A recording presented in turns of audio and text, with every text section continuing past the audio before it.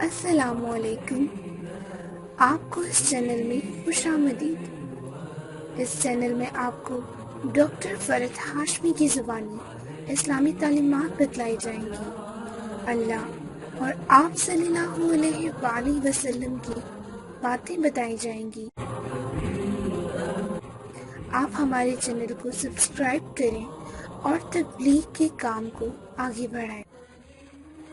ذوالحج کا پہلا عشرہ نیکیوں اور اجر و ثواب کے اعتبار سے عام دنوں کے مقابلے میں بہت اہم ہے، جس کی فضیلت قرآن کریم اور احادیث سے ثابت ہے۔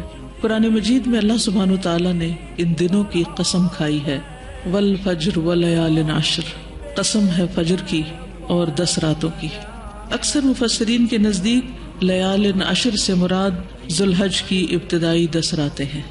اللہ تعالیٰ نے ان 10 دنوں میں اپنے ذکر کا خاص حکم دیا ہے۔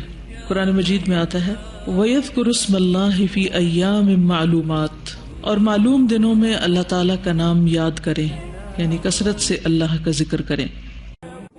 آپ ہمارے چینل کو سبسکرائب کریں اور تبلیغ کے کام کو آگے بڑھائیں۔ مزید معلومات کے لیے ہمیں کمنٹس میں سوال کریں، قرآن اور سنت کی روشنی میں جواب حاصل کریں۔ شکریہ۔